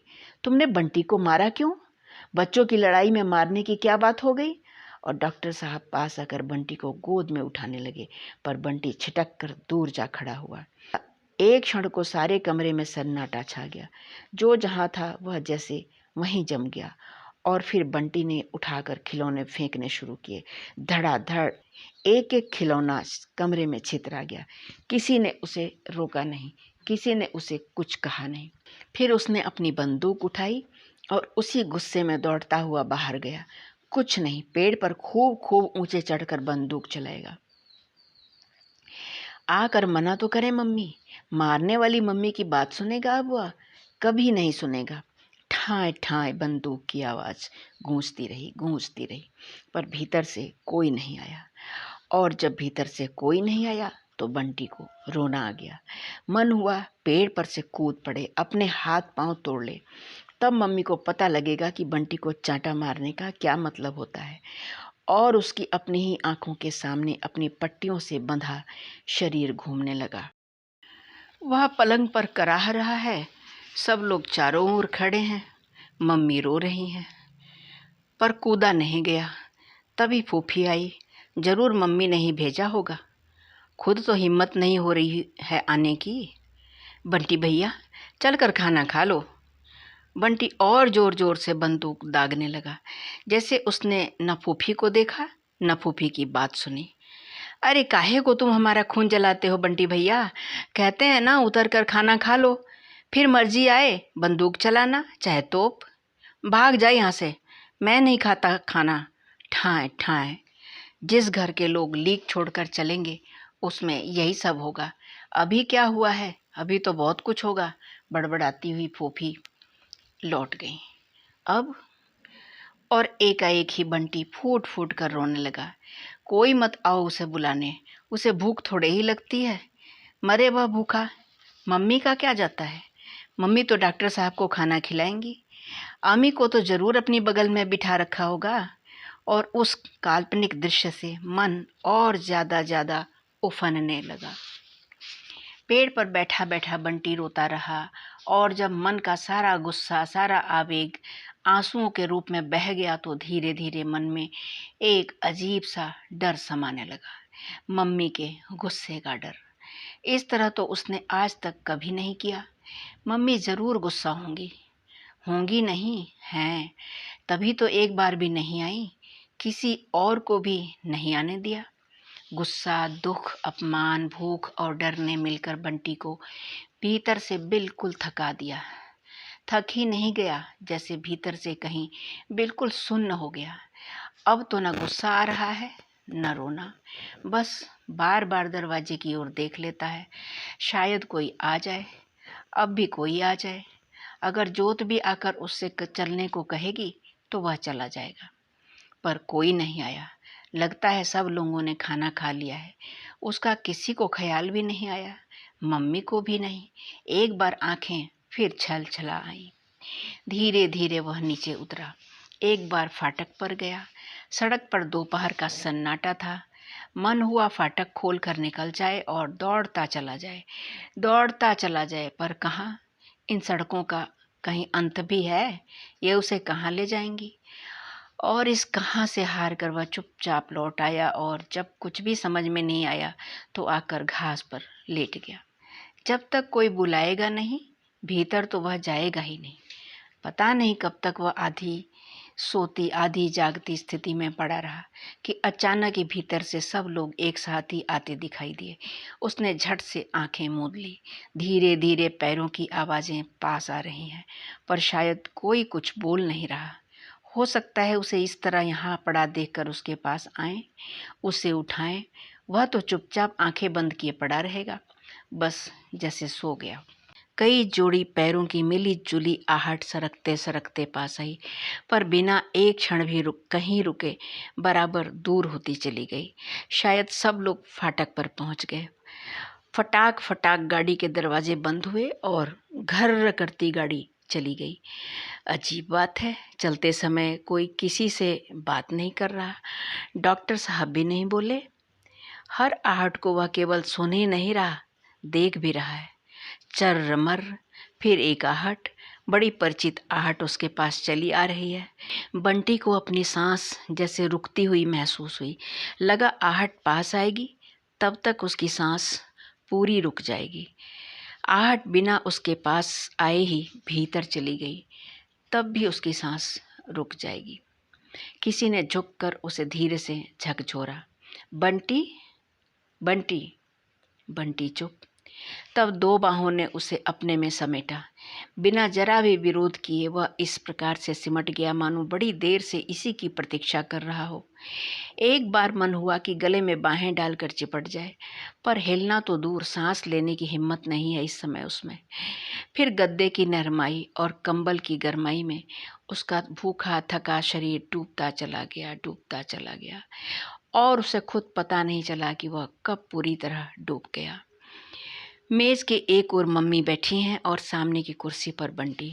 बीच में प्लास्टिक के सुंदर डिब्बे में वह शीशी रखी है जो डॉक्टर साहब लाए थे, जादुई शीशी। डॉक्टर साहब का मम्मी को सूंघाना, साड़ी पर मलना और फिर एक तड़ाक। याद नहीं इसके पहले मम्मी ने कब मारा था, कभी मारा भी था या नहीं। एक अजीब सा डर है जो उसके शरीर और मन को जकड़ता जा रहा है। बंटी, अब तुम यही सब करोगे? मम्मी की आवाज़ पता नहीं कहाँ से आ रही है। आज जो कुछ तुमने किया वह बहुत अच्छा था ना? कोई घर में आए तो यही सब करना चाहिए? बंटी चुप है। लगा शीशी जैसे मेज पर हिलने लगी है। इतने साल में मैंने तुझे यही सिखाया है, यही अक्ल और यही तमीज़? जोत को देखा कैसा सलीका और तमीज़ है, जबकि उनको देखने भालने वाली माँ नहीं है। मैंने तो 9 साल तक तेरे साथ झक मारी है। घूमना फिरना, मिलना जुलना सब कुछ छोड़ दिया था, सिर्फ इसलिए कि तू कुछ बन जाए। आवेश के मारे मम्मी का स्वर ही नहीं, सारा शरीर भी जैसे थरथरा रहा है। पर आज 4 लोगों के सामने मेरे मुंह पर जूता मारकर तूने बता दिया कि तू क्या बना है और मैं तुझे क्या बना सकी हूँ। और मम्मी का स्वर बिखर गया। बंटी का अपना मन कहीं गहरे में डूबता जा रहा है। तू यह सब क्यों करता है बंटी? मत कर, ऐसे मत कर बेटे। और मम्मी फूट फूट कर रो पड़ी, जैसे उस दिन रोई थी, ठीक उसी तरह। बंटी का मन हो रहा है कि वह दौड़कर मम्मी से लिपट जाए, रोए चीखे, पर एकाएक शीशी ने जैसे उसे बुरी तरह दबोच लिया और चीख जैसे भीतर ही भीतर घुट कर रह गई। बहुत देर तक बंटी बुत बना बैठा रहा और शकुन ने उसे बिस्तर पर लिटा दिया तो धीरे धीरे सुबक कर सो गया। पर शकुन फिर नहीं सो सकी। आज का सारा दिन में घटी एक एक घटना उसे नए सिरे से मथने लगी। बंटी तो रो पीट कर सारे खिलौने छितराकर भूकंप मचाता हुआ सा बाहर चला गया, पर वह जैसे अभी तक उसके कंपन को महसूस कर रही है। अमित जोत के सहमे हुए चेहरे और क्षण भर को डॉक्टर के माथे पर खिंच आए बल। लगा जैसे शकुन से ही कोई भारी अपराध हो गया है। जरूर ही उस समय उसके चेहरे पर बड़ी कातर सी बेबसी उभर आई होगी, तभी तो डॉक्टर ने पीठ सहलाकर उसे दिलासा दी।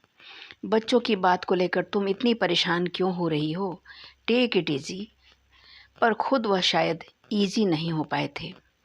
उस समय शकुन के मन में इस तरह गुस्सा उफन रहा था कि मन हो रहा था बाहर जाए और बंटी की धुनाई कर दे। पर अच्छा ही हुआ कि गई नहीं, वरना इस समय वह बैठी अपने को ही कोस रही होती।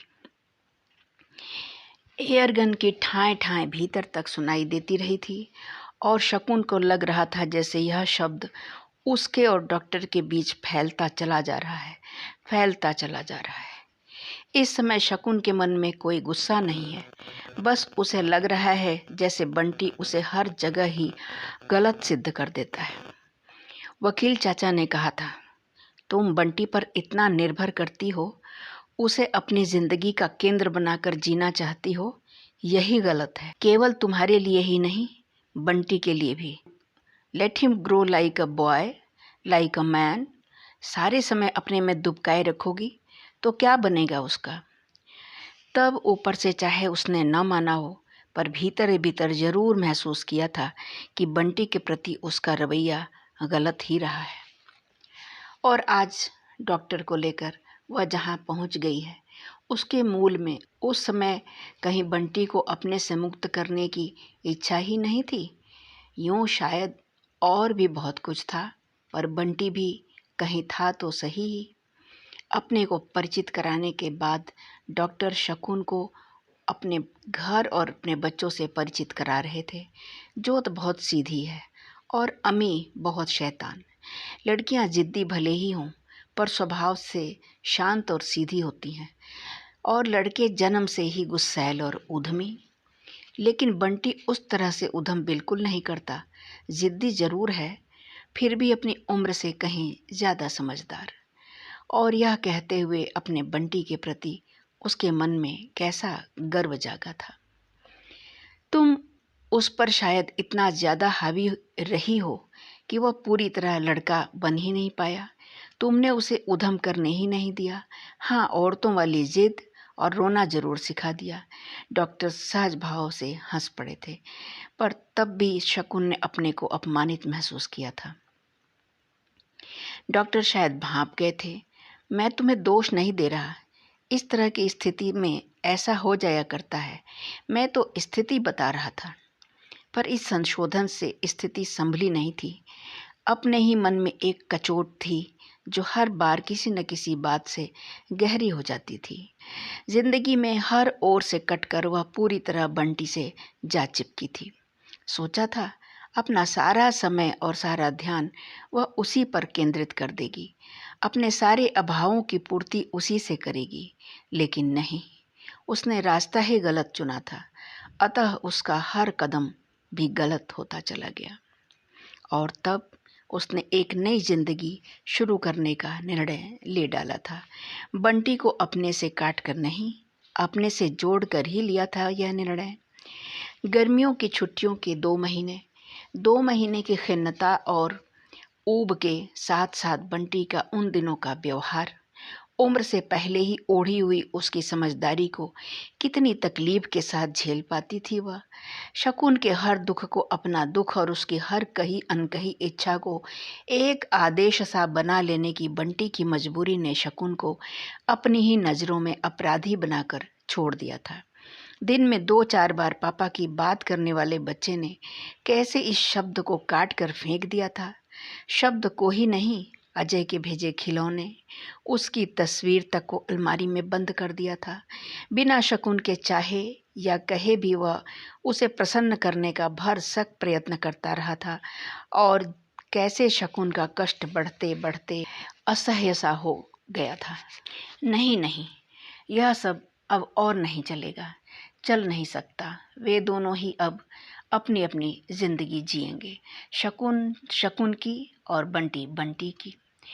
और तभी से उसने अपने को धीरे धीरे काट कर बंटी को और अधिक आत्मनिर्भर बनाने की कोशिश की है। वकील चाचा ने केवल संकेत किया था और डॉक्टर ने बहुत ब्लंटली कहा, यह तुम माँ बेटों का चूमने चाटने और गले में बाहें डाल डाल कर लिपटने वाला जो रवैया है, वह अब बंद होना चाहिए।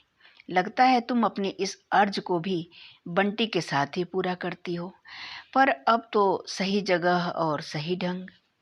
यूँ शायद बात भीतर तक बेध जाती, पर बात के अंत में जो आमंत्रण भरा संकेत था, वह शकुन को ऊपर से नीचे तक गुदगुदा गया।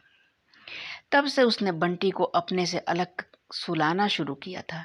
धीरे धीरे वह आश्वस्त होने लगी थी कि उसने केवल अपने लिए ही नहीं, बंटी के लिए भी एक सही जिंदगी की शुरुआत कर दी है। अब बंटी को हर जगह और हर बात में पापा की कमी नहीं अखरेगी। व्यक्ति चाहे बदल जाए पर उस स्थान की पूर्ति तो हो ही जाएगी। अब वह उतना अकेला नहीं रहेगा। 2 बच्चों का साथ उसे और अधिक नॉर्मल बनाएगा। He will grow like a boy like a man. पर उस दिन कंपनी बाग से लौटने पर अकारण ही बंटी का रोना, उसके बाद बंटी का एक अजीब ही उखड़ा उखड़ा और कटा कटा सा रवैया, और आज का तूफान। क्या शकुन से फिर कहीं कोई गलती हो गई? वह इतनी देर से बैठी किस बात का लेखा जोखा कर रही है और क्यों? किस लिए वह इतने तर्क पेश कर रही है? याद नहीं, पर किसी संदर्भ में एक बार डॉक्टर ने ही कहा था कि मनुष्य जब अपने भीतर ही भीतर बहुत गिल्टी महसूस करता है तो तर्क से वह अपने को जस्टिफाई करता रहता है, अपने हर गलत काम को जस्टिफाई करता रहता है। ना करे तो इतना अपराध बोध ढोकर वह जी नहीं सकता। जहाँ जस्टिफिकेशन है वहाँ गिल्ट है।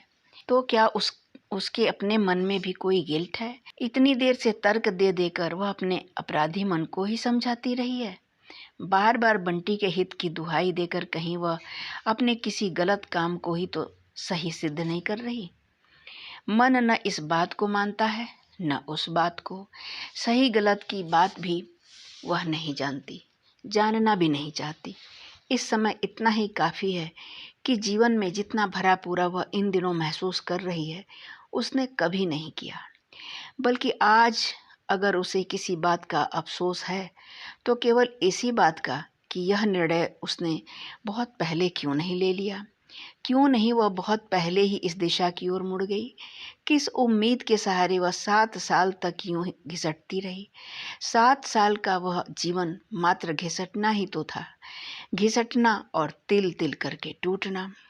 एक पुरुष का साथ जिंदगी को यूं भरा पूरा बना जाता है, यह तो उसने कभी सोचा ही नहीं था, अजय के साथ रहकर भी नहीं।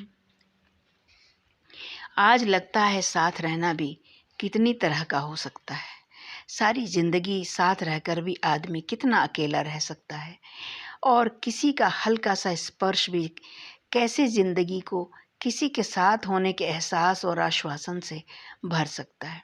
बाहर से कम अभी तक कुछ भी नहीं बदला है। वही कॉलेज, वही घर, बंटी और फूफी भी वही है, पर भीतर से मन का कोना कोना जैसे भर सा गया लगता है। उस दिन डॉक्टर की दिलवाई हुई साड़ी पहनकर जब वह गाड़ी में बैठी तो डॉक्टर कुछ देर उसे देखते ही रह गए। वह देखना केवल देखना भर नहीं था, कुछ था जिसमें रोम रोम जैसे भीगता डूबता चला जा रहा था। केवल उसी समय नहीं, बहुत देर बाद तक भी। शकुन को खुद कभी कभी आश्चर्य होता है कि उम्र के 36 वर्ष पार करने पर भी उसके मन में इन सब बातों के लिए किशोर उम्र वाला उल्लास भी है और यौवन वाली उमंग भी।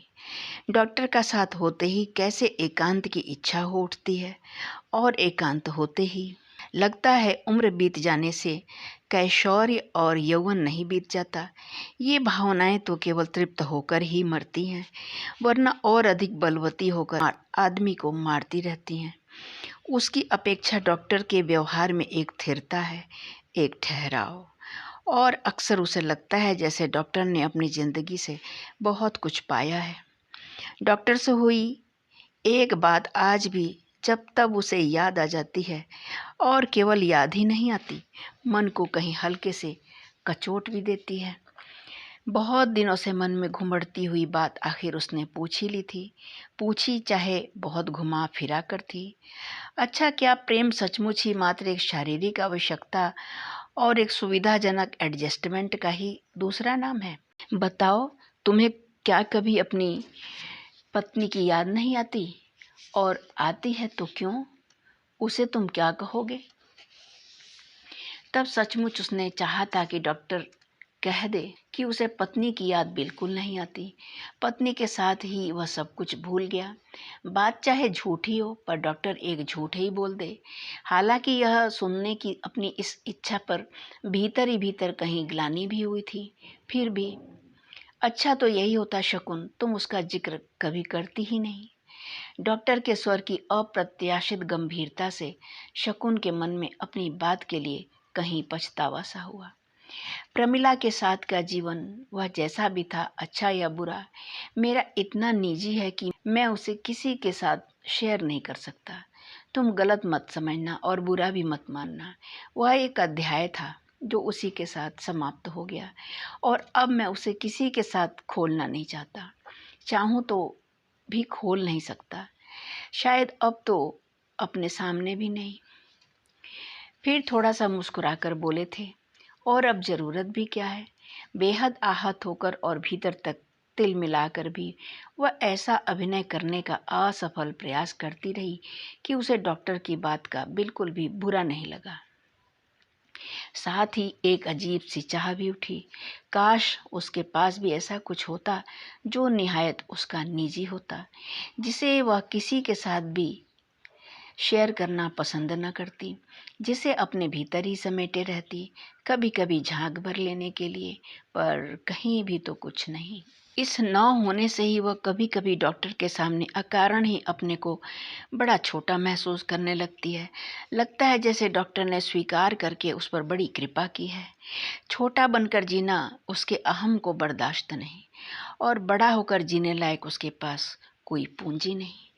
तब एक अजीब सी मानसिक यातना में वह अपने को पाती है, और फिर डॉक्टर ही उसे इस मानसिक यातना से उबारते हैं। अब तो हर बात के लिए डॉक्टर पर इस कदर निर्भर करने लगी है कि लगता है एक कदम भी डॉक्टर के बिना चल नहीं सकेगी। औरत कहीं की कहीं पहुंच जाए, फिर भी पुरुष का साथ उसके लिए कितना जरूरी है, पर वह साथ हो सही अर्थों में। नहीं, वह इस साथ के बीच में अब कोई बाधा बर्दाश्त नहीं करेगी, बंटी की भी नहीं।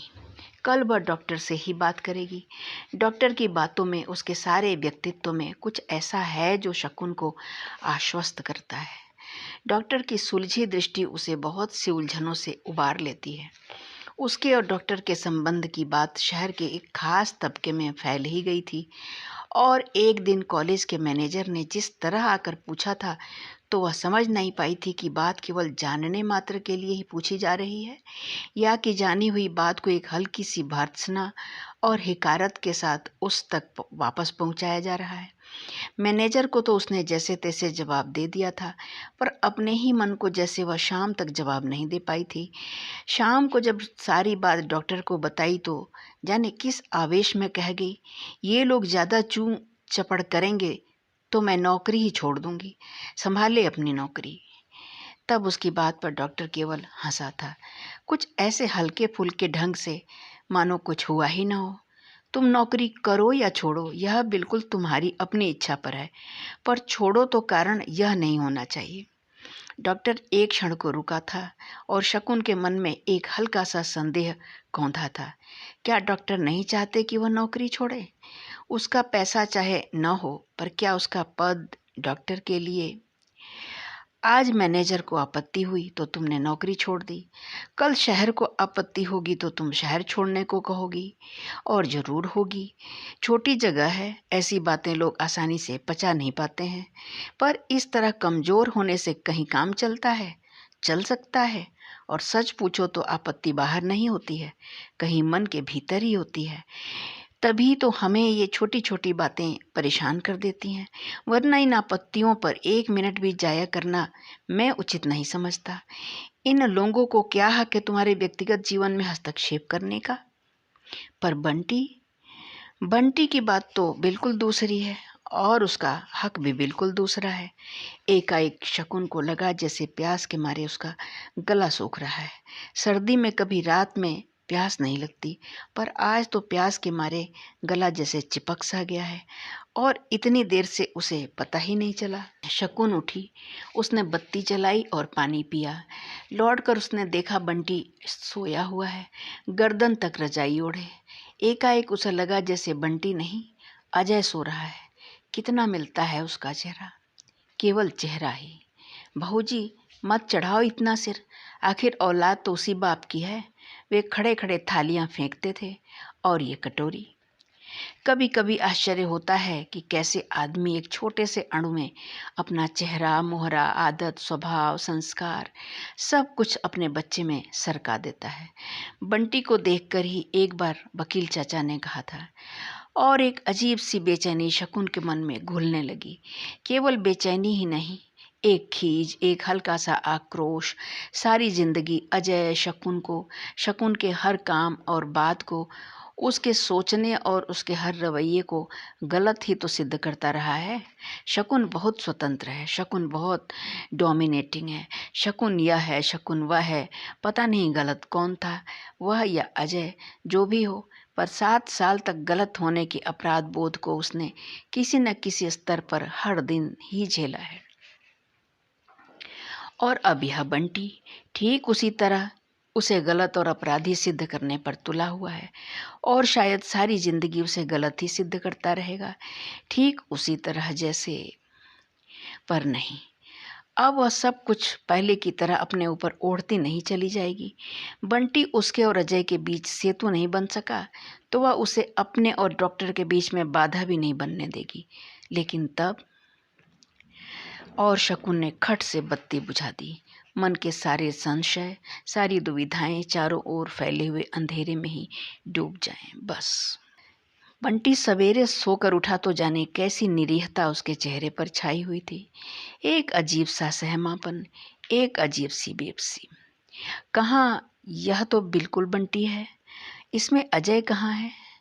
हर बात के लिए उस पर निर्भर करने वाला बंटी, उसी का पाला पोसा और बड़ा किया हुआ बंटी। अजय तो शकुन के सामने कभी इतना निरीह, कभी इतना बेबस हुआ नहीं। और रात के हल्के से आक्रोश की जो परतें मन में जमी थी, बंटी की उस निरीहता के सामने सब एक एक करके बह गईं। पर अब बंटी में अजय को देखकर एकाएक कुछ निर्णय ले डालने का जो एक रास्ता शकुन को दिखाई दिया था, वह फिर जैसे कहीं गुम हो गया। और शकुन जहाँ थी वहीं लौट आई, उतनी ही परेशान, उतनी ही दुविधाग्रस्त।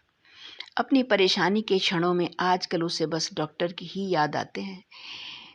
किस सहजता और आसानी से वह उसकी हर समस्या और परेशानी को अपने ऊपर ओढ़ लेते हैं और उसे मुक्त और निर्द्वंद कर देते हैं। पर बंटी को लेकर कल चाहे शकुन को परेशान देखकर डॉक्टर ने कुछ न कहा हो, लेकिन उन्हें क्या बुरा नहीं लगेगा?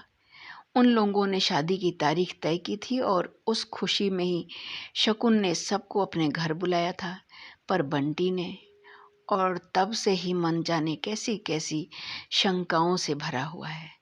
बंटी की बात तो डॉक्टर से भी नहीं कर सकती। जिस तरह बहुत चाहने पर भी वह कभी अजय की कोई बात नहीं कर पाई। कंपनी बाग से लौटने के बाद उस दिन बंटी जिस तरह रोया था और उसके बाद से जिस तरह वह कटा कटा रहता था डॉक्टर को लेकर, जिस तरह का एक मासूम सा विरोध उसके मन में उफनता रहता है, शकुन सब समझती है। पर जाने कैसा एक आश्वस्त भाव उसके मन में समाया रहता था इन दिनों कि उसने सोच लिया था कि सब ठीक हो जाएगा। बस जहाँ तक संभव होता वह बंटी को डॉक्टर से बचा कर रखती। पर कल जैसे उसके उस आश्वस्त भाव में एक दरार सी पड़ गई। केवल आश्वस्त भाव में ही नहीं, जैसे उसके और डॉक्टर के बीच में भी कहीं कोई अनदेखी अनजानी सी दरार पड़ गई, जिसे वह महसूस कर रही है, जो उसे भीतर ही भीतर कचोटे डाल रही है। सचमुच यदि ऐसा हुआ तो डॉक्टर का अध्याय तो समाप्त हुआ, और ऐसी पूर्णता के साथ समाप्त हुआ कि उसे अब वह अपने सामने भी नहीं खोलते, चाहे तो भी नहीं खोल सकते। पर उसका अध्याय कहीं कुछ समाप्त नहीं हुआ, अपनी अगली कड़ी के साथ ज्यों का त्यों उसके साथ चिपका हुआ है। वह कभी समाप्त भी नहीं होगा। अजय ने तो अपने स्लेट पर से उसका नाम, उसका अस्तित्व थोप पोंछ कर एक नई जिंदगी शुरू कर दी है, शायद बहुत सुखी, बहुत भरी पूरी। पर उसकी स्लेट को तो, और फिर अजय को लेकर मन में ढेर ढेर कटुता उभर आई। साथ ही ख्याल आया कि बंटी यदि सहज ढंग से अपने को उसके और डॉक्टर के बीच में से समेट नहीं लेता, तो वह उसे अजय के पास भेज देगी।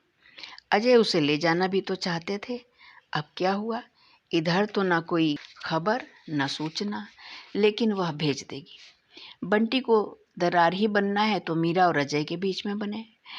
अजय भी तो जाने कि बच्चे को लेकर किस तरह की यातना से गुजरना होता है, कि पुरानी स्लेट इतनी जल्दी और इतनी आसानी से साफ नहीं होती। पर तभी बंटी का वह निरीह, सहमा और बेबस सा चेहरा उभर आया। मम्मी, मैंने तो पापा से कह दिया कि मम्मी के बिना मैं कहीं भी नहीं जा सकता। मम्मी, मैं तुम्हें कभी कभी नहीं छोड़ूंगा। मत रो मम्मी, मत रो। और शकुन रो पड़ी, फूट फूट कर रोती रही। इस यातना से डॉक्टर भी उसे कैसे उबारेंगे? उसके पास ऐसा कोई सुख नहीं, पर ऐसी यातना जरूर है जिसे वह किसी के साथ शेयर नहीं कर सकती। इस समय डॉक्टर के बगल में बैठकर भी शकुन का मन कहीं से हल्का नहीं हो पा रहा है। बार बार बात शुरू होती है और जैसे बीच में ही टूट जाती है। पता नहीं डॉक्टर क्या सोच रहे हैं, पर शकुन को लग रहा है कि जैसे उन दोनों के बीच कहीं कोई है। शायद बंटी, बंटी के बहाने शायद अजय। क्या बात है, तुम कुछ परेशान नजर आ रही हो शकुन? कह दे शकुन। पर क्या कहे कि बंटी डॉक्टर और उसके संबंध को बर्दाश्त नहीं कर पा रहा है, कि उसे बहुत दिनों से इस बात का आभास था। पर बंटी को लेकर परेशान हो? इतनी देर से जिस प्रसंग को वह बचा रही थी, आखिर वह आ ही गया। शकुन के चेहरे पर एक अजीब सी बेबसी उभर आई, जैसे वह कोई अपराध करते हुए पकड़ ली गई हो। देखो शकुन, बंटी थोड़ा प्रॉब्लम बच्चा है, तो उसकी प्रॉब्लम को तो झेलना ही होगा। शकुन को लगा जैसे डॉक्टर कह रहे हों इन्फ्लुएंजा है, तो बदन में तो दर्द होगा ही। इन बातों पर कहीं इस तरह बात की जाती है? और क्या प्रॉब्लम बच्चा है? उसका दिमाग खराब है या कि?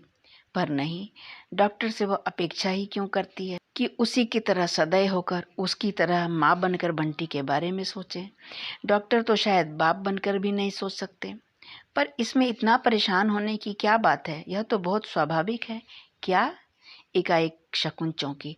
डॉक्टर कहीं अजय की ओर तो संकेत नहीं कर रहे हैं? पर उसने तो आज तक डॉक्टर से कभी अजय की कोई बात की ही नहीं, वह कर ही नहीं पाई। यह बंटी का रवैया? तुम्हारे साथ अकेले रहते रहते वह बहुत पजेसिव हो गया है। वह किसी और को तुम्हारे साथ देख नहीं सकता। तुम किसी और को। और शकुन के मन में कहीं बहुत पहले कहा हुआ वकील चाचा का एक वाक्य तैर गया। तुम जानती हो, अजय बहुत इगोइस्ट भी है और बहुत पजेसिव भी। अपने आप को पूरी तरह समाप्त करके ही तुम उसे पा सको तो पा सको। अपने को बचाए रखकर तो उसे खोना ही पड़ेगा। वह अपने को समाप्त नहीं कर सकी थी, इसलिए उसे अजय को खोना पड़ा। समाप्त तो वह अभी भी अपने को नहीं कर सकेगी। अब अपने को समाप्त करने का मतलब है अपने और डॉक्टर के बीच का सब कुछ समाप्त कर देना। पर यह तो शकुन का मन कहीं बहुत गहरे में डूबने लगा। तुम्हें बहुत ही धीरज से काम लेना चाहिए। जानती हो, इस तरह बच्चों के साथ सख्ती करने से वे एकदम चुप्पे हो जाएंगे।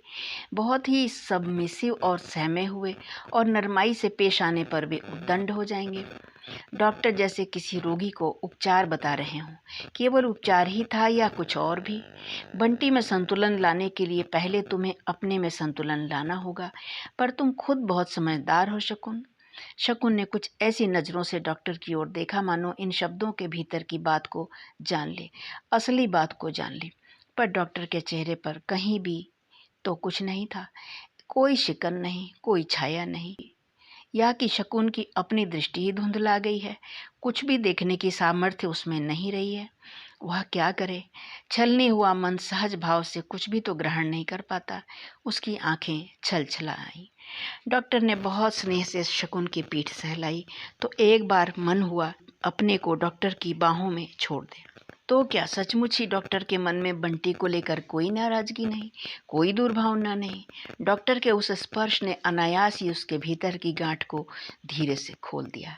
लेकिन शकुन है कि चाह कर भी जैसे कुछ नहीं कह पा रही है। लेकिन क्या? तुम नहीं समझोगे डॉक्टर। बंटी बंटी ने अजय को ज्यों का त्यों इनहेरिट किया। वह कभी मेरे साथ तुम्हें बर्दाश्त नहीं कर सकेगा, मैं जानती हूँ। शकुन को लगा अब वह सारी दुविधा खोल कर रख देगी। तो क्या हुआ? पर शकुन से कुछ भी नहीं कहा गया। जाने कैसी लक्ष्मण रेखा है यह, अपने अहम या स्वाभिमान की, या कि अपने कंगलेपन और अपमान की, कि इसके पार वह किसी को नहीं आने देना चाहती। क्या बताए कि आगे क्या हो सकता है, या कि पहले क्या हुआ था। देखो शकुन, तुम अपने पति की रोशनी में बंटी को देखोगी तो शायद कुछ गलत कर बैठो। मैं जानता नहीं, पर सोच सकता हूँ कि उनके लिए शायद तुम्हारे मन में कटुता होगी, अनजाने ही तुम उसी कटुता को, पर यह ठीक नहीं होगा। और फिर सारी बात को जैसे समाप्त करते हुए बोले, अच्छा, तुम बंटी की बात मुझ पर छोड़ दो। इस बात को लेकर अब तुम्हें ज़्यादा परेशान होने की ज़रूरत नहीं है। बंटी की बात कैसे छोड़ी जाए यह शकुन नहीं जानती। यह भी नहीं जानती कि सारे समय अपने काम में व्यस्त रहने पर उसके लिए समय कहाँ है। इस समय जैसे उसे किसी ऐसे ही आश्वासन की ज़रूरत थी, किसी ऐसे ही सहारे की जो उसके थके हारे मन को संभाल ले, जिस पर वह अपना सब कुछ छोड़कर निश्चिंत हो जाए। बड़ी देर से भीतर ही भीतर एक आवेग था जो घुमड़ रहा था। अपने को डॉक्टर की बाहों में छोड़ते ही जैसे वह फूट पड़ा। डॉक्टर उसकी पीठ, उसके कंधे सहलाते रहे, उसे सांत्वना देते रहे। क्या था उन सांत्वना भरे शब्दों में, उस स्नेह भरे स्पर्श में, कि शकुन को लगा जैसे उसके भीतर से सारे तनाव अपने आप ढीले होते चले जा रहे हैं, सारे द्वंद्व अपने आप गलते जा रहे हैं। कहीं भी तो कुछ नहीं, सभी कुछ तो सहज और सुगम हो उठा। सारा रास्ता अकेले अकेले चलकर, सारी परेशानियों से अकेले अकेले लड़कर भी ऐसा आत्मविश्वास और ऐसी शक्ति तो उसने अपने भीतर कभी महसूस नहीं की जो आज अपने को पूरी तरह डॉक्टर के हवाले करके वह महसूस कर रही है। अपने को पूरी तरह देकर, निर्द्वंद भाव से समर्पित करके आदमी कितना कुछ पा लेता है।